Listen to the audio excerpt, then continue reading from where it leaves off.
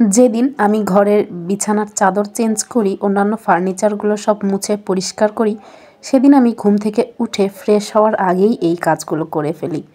এইগুলো করার পরে তারপরে আমি ব্রাশ করে ফ্রেশ হয়ে নিই। তো সেদিন ছুটির দিন ছিল আর এই কাজগুলো আমি করে নিলাম। এরপর দেখলাম মামুনি পাস্তা রান্না করেছে সকালের ব্রেকফাস্টের জন্য। তো সবাই মিলে পাস্তা খেয়ে নিলাম। এরপর ভাবলাম যে একটু কাপড় কাটাকুটি করি।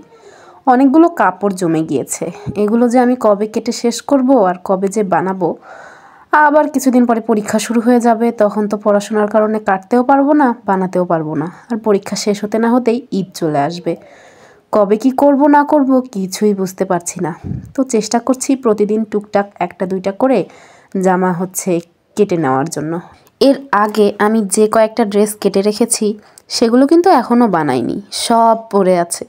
জানি না কবে বানাবো। তো যাই হোক, সেদিন মাত্র একটা কামিজ কেটেছিলাম। এই কাপড়টাও কিন্তু অনেক আগের ছিল। তো যাই হোক, এই তো কাটাকুটির পরে এটা অন্য আরেক দিনের ভিডিও। মানে ওই দিন ভার্সিটিতে গিয়েছিলাম আর বাসায় এসে কি খেলাম না খেলাম সেটাই একটু শেয়ার করি। তো সেদিন মামুনি বড় মাছ রান্না করেছিল আর সবজি। শাকের মধ্যে পালং শাকটা আমার অনেক বেশি পছন্দ, আর মাছ দিয়ে এভাবে খেতে বেশি ভালো লাগে। মামুনিকে বলেছিলাম অনেকগুলো পালং শাক দিয়ে এভাবে করে মাছ রান্না করতে, কিন্তু আমি খেতে বসে দেখি পালং শাক নাই। তো যেটুকু ছিল বেছে বুছে আমি সবগুলোই তুলে নিয়েছিলাম মোটামুটি, কারণ খুবই ভালো লাগে আমার এটা খেতে। 2 থেকে 3 দিনের ভিডিও ক্লিপস একসাথে করে আজকের ভিডিওটা করা।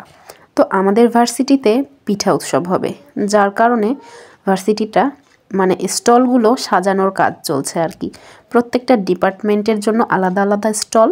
স্টুডেন্টরা সবাই স্টল সাজানোর জন্য ব্যস্ত, কে কি করবে না করবে সেসব নিয়ে ব্যস্ত আর কি। তো আমি একটু ঘুরে ঘুরে দেখছিলাম। আসলে আমি এসব কোনো দায়িত্বের মধ্যেই নাই, এগুলো আমার কাছে অনেক ঝামেলা লাগে, যার কারণে আমি কোনো দায়িত্বই নেই না।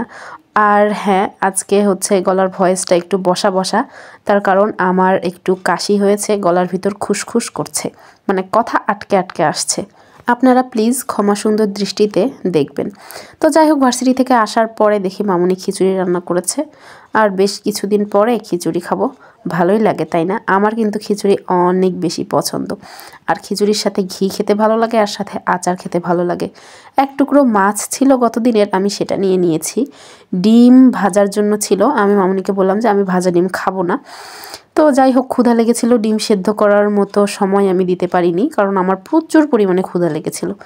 তো যা ছিল তাই দিয়েই আর কি আজকের খাওয়া দাওয়াটা কমপ্লিট করে নিয়েছি।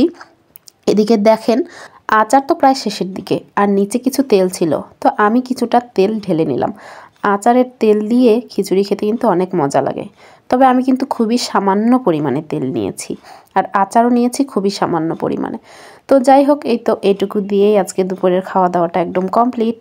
তো আজকের ভিডিওটা এখানেই শেষ করলাম। আল্লাহ হাফেজ।